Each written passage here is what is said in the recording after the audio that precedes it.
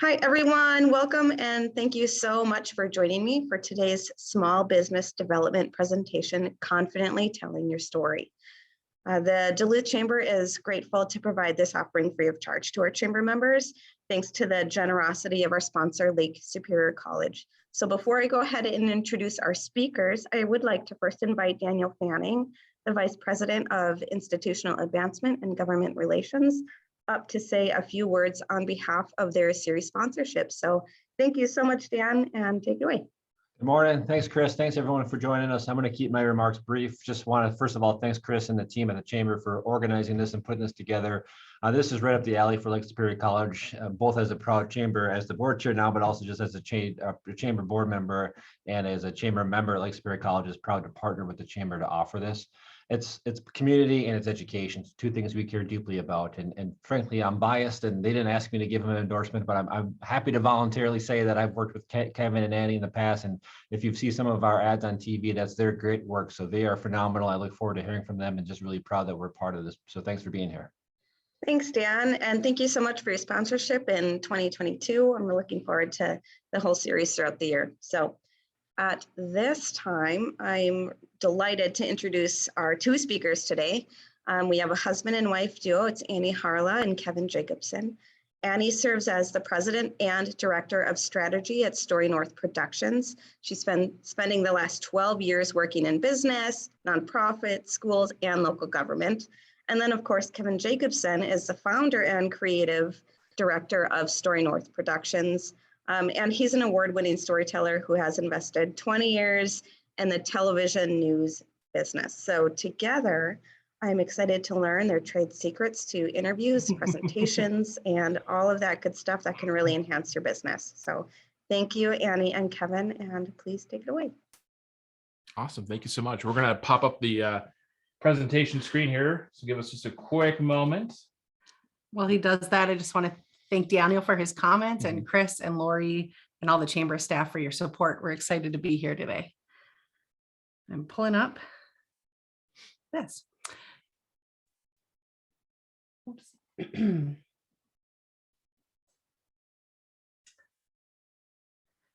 Okay. So I like Chris said, I'm Annie Harla. I was born and raised in Duluth. I've spent a lot of different time throughout my career. When I moved back here after getting a public relations degree down in Winona at St. Mary's University, I had the chance to work with an AmeriCorps program here regionally.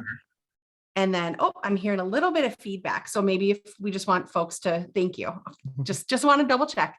Moved back to Duluth in about 2008, have worked through the Duluth YMCA at an AmeriCorps program, worked in public health in our region, helping to message for healthier communities, served on the Duluth school board. So have a lot of experience working responding to the media, as well as giving presentations, and most recently served as a public information coordinator with the Superior Street Reconstruction Project, and then worked with Northland until last Friday, Northland Constructors till last Friday, and I work full-time with Kevin, where we get to work on this business. And part of we are a video production business. We'll talk about that, but a lot of our goals is to teach people how to talk and how to feel confident in front of the camera and to tell their story, because we're storytelling experts, but we can teach you to expertly tell your story. So that's Annie. I'm Kevin Jacobson, the other half of Story North Productions and our marriage. I spent nearly 20 years in the TV news business, about a dozen years or so here in Duluth at KBJR and CBS 3. Started as a morning anchor in Sioux City, Iowa, worked as a reporter in Connecticut, and then made my way out here where I got an anchor job and producer job at CBS in Duluth. And then after a couple of years, moved over to KBJR as the evening anchor, and then eventually found myself in news management as assistant news director for 2 years, and then in the news director chair for about 4 years, and then decided over the past couple of years that, you know what, there's something else out there that I want to do. And that ended up being this video production business. And so last June, walked away from the television news career. Haven't looked back since. Things have been busy. Things have been good. Really excited and excited to be able to help present some of our ideas and thoughts with everyone today. Oh, here we go. So And the Story North Productions, we are a turnkey video solution for you. We have 2 of our clients that are on the call today, Lake Superior College, and we have Nikki as well, too, from Metamorphosis. Just had so much fun working with them. We work with you to tell your story in the best way that you can do it through video, whether that it's through commercial, through aerial photography or drone photography or video, and whether it's online or social content. We help you build the video that you need. And now, again, this is kind of our next step into teaching people how to tell their stories. I think the best part is we don't just show up with a camera. We like to partner with our clients and work with them from the beginning right through the end and beyond that too, to make sure that the content's going in the right places. Absolutely. So what are you going to walk away with today? As we were planning for this, we want people to have concrete examples for things that you could do as you're walking into your next meeting or into your next presentation or to your next media interview. So we're going to talk a little bit of, Kevin's going to take some time to talk about clearly planning and thinking about your story. I'll talk about how you outline that. We're going to talk about some concrete preparation tips. What are some ways that you can get your mindset, your outfit set, etc. We're going to talk about style. There are some of the best things to wear on camera or not. So stick around for that part. One bonus is that we are going to do a section on talking to the media, just because he has been in the shoes of the media. I have been interviewed a lot in the media. And so we have some tips and tricks, and sometimes we agree and sometimes we don't. So you'll hear about that a little bit there. And then we're just going to talk about how confidence is key. You're going to keep hearing this over and over again. The story that you tell is your story, and you are the expert in that. So Kev, take it away talking about stories. Yeah, so we really can't talk about storytelling without talking about the story of storytelling. And of course, there's history there. Storytelling really is one of the oldest art forms around. Going back to cave paintings, hieroglyphics, there's always been a way to share stories among groups of people, among friends, among family. And so today, obviously, we see stories pretty much wherever we are, wherever we go. So if you're watching a movie or you're watching TV news, there's a story. If you're in a meeting with bosses and coworkers, there are stories that are shared there. You're reading the newspaper, a magazine, a pamphlet, a billboard, everything is based on stories. And that's how you feel connected to things through story. Exactly. And you get a lot of ideas, inspiration that help fuel what you do in your day-to-day life. So where do you get to tell your story? There are a number of places where you can do that.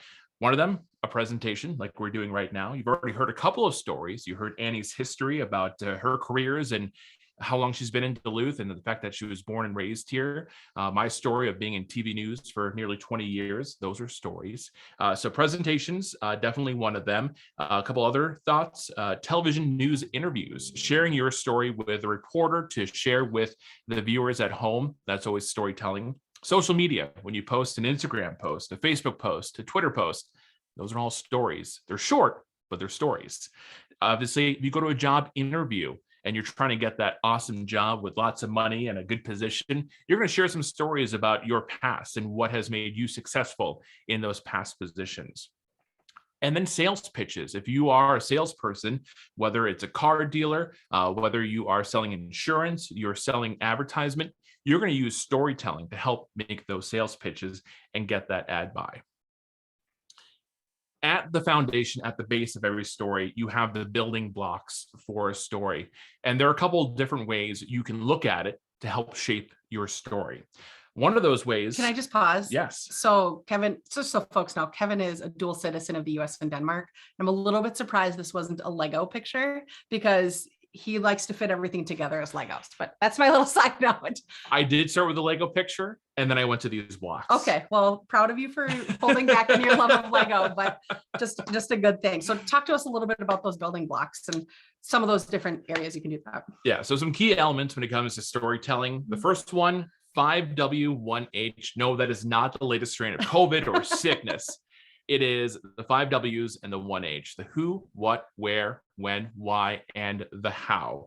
So that's one way to look at it. You want to make sure you have each of those elements fulfilled in your storytelling. Another way to look at it is the 4 P's. You've got. Can I take one step back? So say that again. What are the 5 Yep. Who, W's? what, where, when, and why, and then the how. Okay. And that's important, just to think about that. It helps ground it. It gives like that, the full picture of the story. Yeah, a story doesn't happen out of nowhere. There are certainly things that lead up to it, and that's a great outline as you go to prepare to tell your story. The next one is the 4 Ps: people, place, plot, and purpose.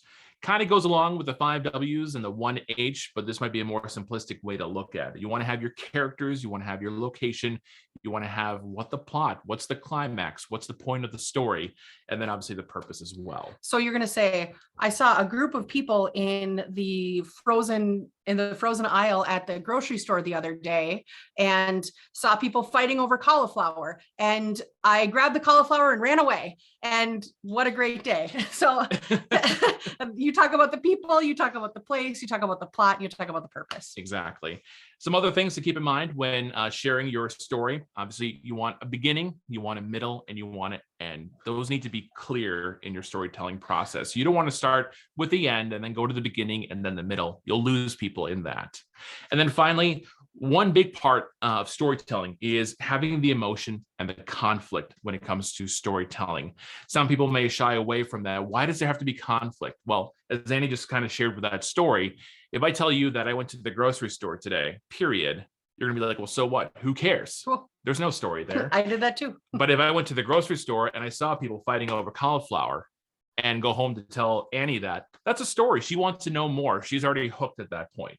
So you want to make sure you have some sort of conflict. And conflict doesn't have to be always the bad, the dark, right? There can be good conflict as well, but that helps tell that story and helps give that hook that people need. Yeah.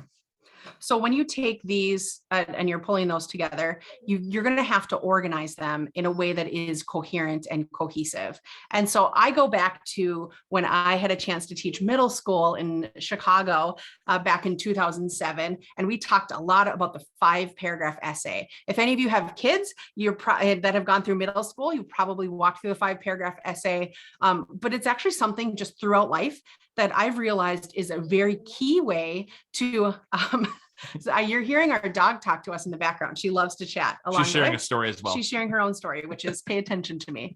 When I was teaching in Chicago, I had a chance to work with kids on how to be clear and coherent in telling their stories. And now I've taken that with me in my everyday life to do this. So when you're looking at organizing your thoughts, you always think about an introduction. What is that thing that's going to grab you? Hey, Kevin, I saw a fight at the grocery store today over cauliflower. And then you pull into a little bit of a thesis and say, yes, Rory. And we pulled in, then you get to a thesis point where the focus of it is really, but I still got the cauliflower. And maybe you talk about the different ways. This is a very exaggerated story. We have not seen people fight over cauliflower. We are not trying to set a cauliflower stealing trend or fighting trend. But you look at the thesis and then you look at kind of 3 main points. So it might be, is there a shortage of cauliflower? Why are people doing this? And here's how I actually grabbed the cauliflower. And then at the end, in conclusion, you kind of wrap up that point just to hit it home. This can go from that cauliflower fight all the way to, you might be presenting at the legislature asking for funding, and you might say something like, I really want you might start out and say something like, I'm looking for a better way to get to the Twin Cities that is efficient, and I don't have access to a car all the time. And so I really want NLX, I want the Northern Lights Express to be the connection between Duluth and the Twin Cities through being a train. And then you could talk about the different points for how that is. It helps with our environment. It's going to make sure that we help to support veterans to get from northern Minnesota down to the Twin Cities so they can get to the VA hospital. And it helps students from LSC that are coming from the Twin Cities to attend LSC. And that it helps make that connection with the planned 4 paths per day. And so in conclusion, we really need this train.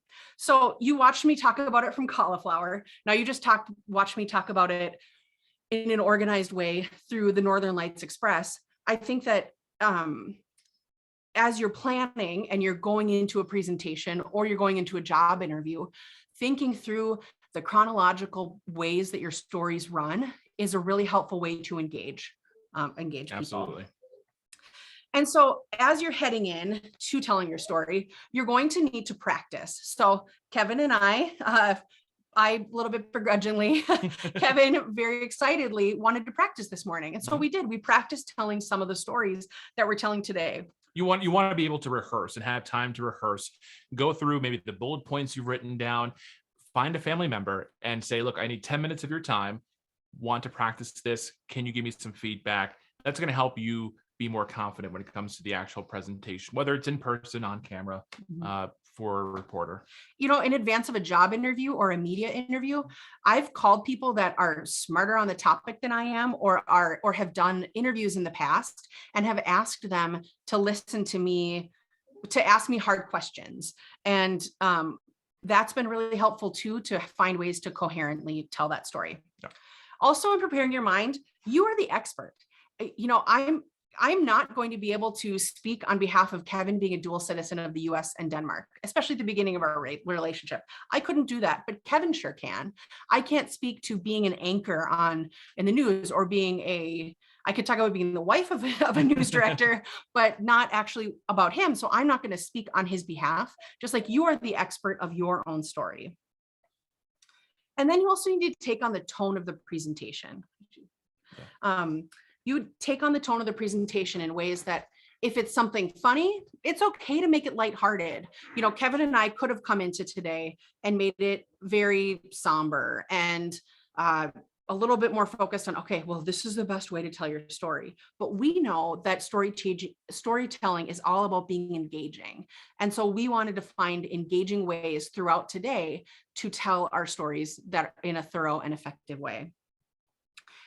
Okay, so now I'm going to tell you, right before you go in to a job interview, a presentation, anything like that, you need to put on the superhero pose. Now, this is not, it's not a new concept. I heard about this back in I think it was 2008, 2010, learning about how to do presentations. And so you need to, before you head into a presentation, you need to do a superhero pose, because there's something, and you can check out a TED Talk on this, check out TED Talks on superhero pose, or maybe you watched Grey's Anatomy. I think they did this in early seasons. So you stand like a superhero and hold your head up high, take some deep breaths, hold that for about 30 seconds. And you can start to feel that energy coming through your mind. You feel some clarity, you feel some hope. And then while you're doing that and you're breathing, you're thinking, okay, here's where I'm heading. I'm going to kill this job interview. I'm going to do great at this media interview. And then you also hold your body in more of a stance that is an expert holding stance. When you do this, as you walk into something, people can tell. They don't trust people that give presentations that are kind of like Dilbert and kind of stuck in with their shoulders under. Pull your shoulders back, give that presentation, breathe, feel engaged with that audience. Come on back in, Kev. I need a little bit of room for that superhero pose. Nice job. And then you get into points where you're going to have to answer questions. And so we've talked about how to think about your story, how to plan it, how to prepare yourself. Now you've given the presentation, you've done a kick butt job, and you are now at the portion where you're going to be people are going to be asking you questions. So I use this technique anytime that I'm in a job interview, in a media interview, when I'm giving a presentation up front. You'll actually see me do this later when we have time for questions. We'll take time and you'll watch me practice this. So as someone's asking me a question, I breathe in.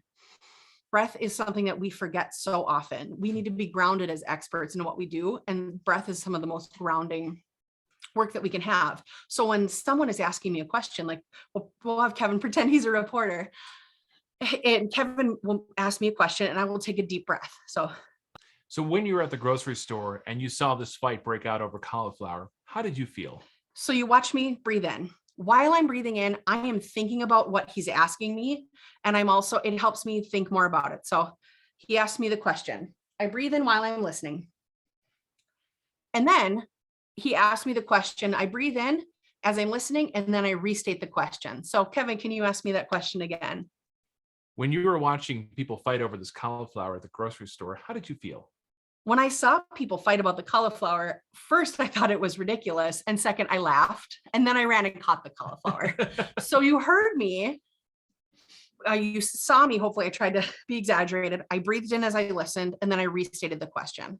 When you restate the question, there's a few things that happens there. One, it shows that you're an active listener. Two, it shows that you're caring about the question that's going to be asked. And three, it helps you to think again and to get yourself in that mindset of what the question is. There are times where questions can be long run. So Kevin might ask a statement. So ask me a statement. Talk to me about the fight at the cauliflower over the cauliflower. And so sometimes that gets confusing. And so usually I'll say something like, can you restate that question? Which doesn't make him happy. I might just say, oh, the fight about the cauliflower is XYZ. So breathing in, restating that question. I will make one extra point there, if you don't mind. So Yeah. number 4, with restating the question too, if you restate the question, if you're in a public presentation, it's a good way for the audience who may have missed somebody asking that question to hear that question again. If you're also being interviewed by a reporter, or you're being interviewed for maybe a video profile for your company's website, that helps the editor go in and use you restating the question to make it more succinct, and so it makes more sense. So And that makes a sound bite. Mhm. And sound bites are the hit homes, are the bullet points of your story. And so when I restate that point about the cauliflower, it helps to hit that home. I can't reiterate enough, when you're giving a presentation and someone asks a question, by golly, restate the question as people are answering it, especially if there aren't microphones in the room, or there are people with limited ability to hear or limited ability to engage. It's just so important to make sure that people have access to hearing those questions in response. And then stay within your expertise. You might get questions that are beyond what you can say. And I think we have all seen enough in the media or social media where people are just speaking beyond what their expertise is. I did not go to medical school. I am not a journalist. I'm not going to speak on behalf of medical professionals or journalists. I can talk about my experience with those things, but I am careful to not speak beyond my expertise, because you can always get caught in something that misspeaking. What's the phrase? Stay in your lane? Yes, stay in your lane. And then defer people to the experts that you trust. And sometimes those experts are going to be people. Oftentimes I usually defer people to experts that I agree with and disagree with, so people can make their own opinion. But it is really important just to stay in your lane, keep that focus, and get moving. So now we get to the fun part. Oh, this has all been fun. But Absolutely. Kev's going to talk to us a little bit about how we can work specifically with the media. And I just want to start out by saying that we are really lucky in our region to have an active and engaged and very present local media sources, whether it's newspapers from the D&T to Business North. We have our TV stations, the main ones. We got WDSE, Minnesota Public Radio. They are very interested and want to hear a variety of stories. And so Kevin's going to talk a little bit about how he has best engaged in the past. Well, in keeping with the journalist hat on too, it's also important that we have a very engaged audience, people who care about what's happening in their community, whether it's politics or what's happening down the street from them. So that's important. Both work in those same ways. So a couple of thoughts here as you get prepared to maybe talk to a reporter for a news story, or you're being interviewed for a longer format type show. Know thy reporter. Know the person that will be interviewing you. So that requires a little research, right? If you get a call from reporter Jim Smith at the TV station, look up their profile, find out a little bit about them so you can have a conversation with them beyond just what they want to interview you about. You can find something that relates to them. You may be able to find them and use them as a contact down the road when you've got a great story pitch about your business or something else you heard. You want to build those relationships. That way, if it's a new reporter, they may be new to the area, you can provide some context to them that they may not know about. For example, if you're talking about the region, the city of Duluth, you can point out certain things that they may not know, or a different city for that matter. One big thing that people often maybe get a little upset about is when they're reached out by a reporter reaches out to them for a story. They want to know the questions beforehand. That's a big fat no. As journalists, you do not give out the questions you're going to ask. What the heck, Kevin? Why? I always want to know the questions in advance. It's an unfair advantage, and we want to get those sincere remarks from the people that we're interviewing. We don't want it scripted. We don't want it planned. That said, we can provide, and I say we, but journalists can provide the topics for a news story, saying, we wanted to talk about this. We're hoping to get your thoughts about that. That way you can prepare a little bit for this interview and obviously know your talking points and where that interview may go. But giving out questions beforehand is a big no. Don't ask. It's frustrating for the journalists. So if this really interesting fight about the cauliflower continues to the media, I'm not going to be able to say, well, tell me all the questions because I don't want to get in trouble. That's not it. You might send me, what are some topics you would send my way about the cauliflower? Yeah, I mean, that's really specific now. Yeah. But certain questions, well, we just want to talk about, what the atmosphere was like there. How many people may have seen this happen? What was your reaction to it happening? But, and those questions can then be elaborated a bit during the interview process. One thing I would say is that having a relationship with a number of elected officials, this oftentimes comes up on with elected officials in general. I've heard it from a number of friends from different parties that say, I just want to know what they're going to ask when you come in the room. And when you're in a public facing role, whether it's you're actually an elected official or you're a public appointee, or you're the head of a board of an organization that's going through a hard time, or you're just, or you're a leader of an organization, they're not going to give you those questions, but it's good for you to spend that time, go back to what your stories are, feel confident in each of those, in those responses. Because again, you're the expert, even if you feel like you are worried, if you are confident and cool and calm, you can respond that way. And you also don't have to answer every single question. You might say something like, I don't have all of the information on that. And you practice that answer in advance. Because if you can't answer it, you can't answer it. Sometimes there are legal things that are up that you can't talk about. Human resources issues, you can't talk about that. But you could say we are committed to ensuring that a public process is handled. I'm sure you've seen public entities say that same line. As irritating as it is them making sure that they do it. And journalists understand that too. There are certain things you can't talk about because of legal or human resources. And this goes back to my point. Build those relationships with those reporters, with the news assignment editors, with the producers, with the anchors who do the stories.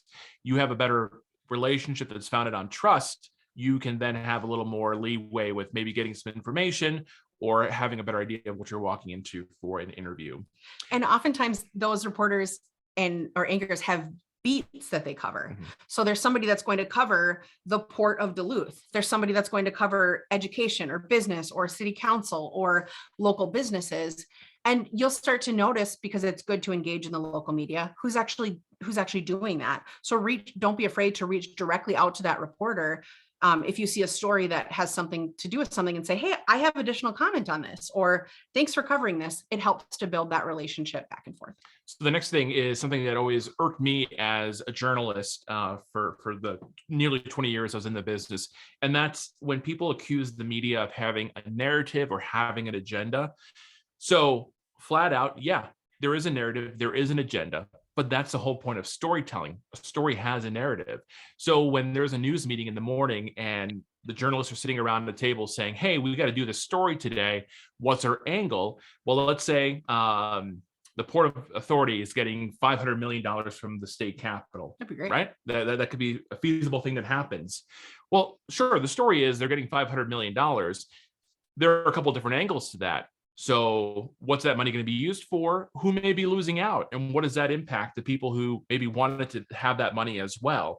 And so there comes in that the conflict, and having that narrative of the story, because you can go in and not have any direction, and it's going to be probably a terrible story. So there's going to be an agenda, a narrative for this story. And if you know what it is, and that reporter shares it with you, fantastic, good on you. But don't think that there isn't a specific outcome or hope of the story. And there are times where with your answers and being an expert, you can provide that additional information that provides context so that so they have the right information and can tell the full story. This happened a number of times when in past positions where I would hear, here's this big, here's a conspiracy theory. I want to meet with you about a conspiracy theory, and I'd be like, okay, I'm happy to sit down and talk with you about what's actually going on. And then I would answer the questions by what the facts that I knew. And oftentimes you don't kind of speak, if it's a big lie that they're coming at you about, you can just say, here's the truth of what's happening. I did see the fight about the cauliflower. It's not as big as it's become in the media. There wasn't blood all over the floor. There wasn't all these different things. In fact, some people got really irritated with cauliflower. They pulled the bag back and forth. One bag broke. I grabbed the one that was left, and we were fine. So it is okay to stick with your narrative, to stick with that point with that reporter, so that you're not playing into a narrative you're uncomfortable with. It's also okay to say no to an interview if you feel like it's a gotcha interview. Sometimes it's easy. You see people across the country. So when we're talking about media, we're talking about local media. And there's a difference oftentimes between local media. We can also include like national media affiliates in it, like your evening news, a Lester Holt. They're going to ask those. Thank you for making the clarification. Those straight line media. There's also cable news, which is entertainment. And sometimes organizations can be pulled on to cable news for entertainment, a CNN or a Fox, and they can get caught in a whole media storm they didn't even realize they were about to do. And so it's just important to think about who you're responding to, but always make sure you're responding to your local media so you can tell your story. We talked a little bit about leading questions, kind of goes with the whole narrative thing, but reporters will sometimes ask leading questions. They either have done their research, they should have done their research. They better have. They have some background where they may be forming this question to ask you. As Annie mentioned, don't get bit by that. Your talking points, stick with those talking points, turn that leading question into an answer that you can control. And Annie's done that often, I think, as a politician on the school board or in everyday meetings too, where you can take that question and then just turn it around a little bit. Yeah, I remember during the Superior Street reconstruction project, when I would get asked questions about timing, or are these people frustrated about things? Usually what I would say is, I would take that step back and I would say, I would own it as an organization to say something like, we really, I haven't been in those shoes for a couple of weeks. So I would answer with humility. We understand that people are frustrated. Here are the things that are happening that have contributed to this. Here's how we're committed to making sure that people are supported. And here are the next steps. And you don't overpromise and underperform. You always underpromise and overperform. I hope Nancy Kilpo can say that from my time with her at the Radisson during Superior Street. But it is an important piece that you take that in and humbly respond, give that direct story back in a clear and coherent way. Now, when you're doing interviews, you want to make sure that you look good. Yes. So here are a couple of style tips. If you're preparing, whether it's an in-person presentation, whether you're on a Zoom call, whether you are being interviewed for the media or part of a video, just a couple of tips. Clothing color choices are important. No black, no white, throw the tan out. You want bold colors, pastel colors. You want something that reads well. It makes you pop. So when we chose our colors today, I was thinking initially yesterday, I was like, oh, I've got this black shirt I'll wear. And Kevin's like, Annie, you're breaking our number one rule. We don't do that. So I chose a color that helped me to be warm on camera. We have a camera set up in our living room right now because we wanted to make sure to, do it the best. But you could be on a Zoom interview. You might have a Zoom job interview. When you dress for success, add a little bit of warmth. It shows that you're warm and it matches with any skin tone. So, and also affects balance for lighting. Exactly. So exposure, making sure the lighting looks good, all that kind of stuff, important parts. About jewelry, you can wear jewelry, but be careful not to wear jewelry that dangles and makes noise. So bracelets or longer earrings, they're going to make some noise. You're going to hear it. It's going to be on camera. You don't want that. You don't want anything to distract from your message from your story. So keep that in mind. It's also easy. Sometimes people wear like, it could be part of your style to have a scarf that's really high. It's actually good, like something bulky. Keep it simple, keep it clean, but within your comfort and your style. If you are a jewelry maker, pick jewelry that isn't going to make noise when it hits your hair back and forth. I just wanted to clarify that. A couple things you want to keep in mind too is have sort of a style toolbox, if you will. So make sure you iron your clothes, no wrinkles. You don't want to look like you just rolled out of bed for this interview or for this presentation. Take some time to get yourself ready. The other thing is make sure you have a lint roller. If you have a cat or a dog or any furry animal at home, chances are you'll have hair all over. I think we have some right now. Hopefully you can't see it, but have a lint roller so you can take care of that too. You don't want that to be a distraction. The other thing is wear your confidence. So you're gonna have clothes on, obviously, but also wear that confidence and wear what you think will make you feel confident. So you may feel like you have to wear a suit, and that may not be the best for your confidence boost. Maybe it's just a shirt with a suit coat and jeans. If that makes you feel confident, do that. You know, as I was, we did some headshots the other week for the leadership team at Northland Constructors, and I wanted a more of a gritty background for them just because it's a highway heavy construction service provider. And so what I said to my colleagues was, you know, head in, please plan for your pictures. Don't wear black or white, and wear what you're comfortable in, maybe a button-up shirt. And I got all these questions back of, do I need a tie? Do I need a jacket? Do I need these things? And my response to each of them was, what do you feel most comfortable in? If a tie is going to make you feel like you are buttoned up and nervous, the people on the other end are going to feel nervous with you. If you get really sweaty in something, we all notice when somebody's super sweaty. It's not something you miss. And so is the interview about the sweaty person, or is it about the story you're telling to have that be engaging? I mean, I hate to make this an example, but how often do we watch some sort of TV program, maybe like a reality TV show or something live, and you notice somebody's pit stains, right? You go instantly from listening to what they're saying to making comments about their pit stains. So yeah. That's just an example. And here's the thing. Sweating is okay. Sweating is good. It's it gets everything out of you, but find things that you feel confident in so that it, again, isn't about the pit stains, but it is about the other piece. And then also just relax. So you've seen us throughout this time, as we got prepared for this, you know, we wore what we were comfortable in, but also we just wanted to relax and enjoy ourselves. Exactly. And that, I think, helps set the whole tone, the whole pace. And that's sort of been the theme throughout our presentation here, is when sharing your story, relax, because you are the experts. And that wraps up our presentation. That we went super quickly. We are going to take time to, I'm going to stop sharing, and we'll take time to answer questions. We, of course, love to see your beautiful faces. Wait, where did it go? Okay, there we go. We'd love to see you all on screen. If you have a question, we would be more than happy to answer it or comment. I know we kind of did a firestorm through this. And so hopefully everyone took notes. Yeah. And I guess one thing we want to say is, as we're working in this, as we're starting to build out ways that through our company will help people with some coaching. So if you're really interested in this and want to learn more, you can get in contact with us to get some coaching. So Molly says, oh, Chris, do you mind asking the question? I'm kind of awkward. Thanks. No, not at all. Molly asked, what's the best way to submit a press release so it gets noticed? And do you have any tips or suggestions for photos? What does that look like?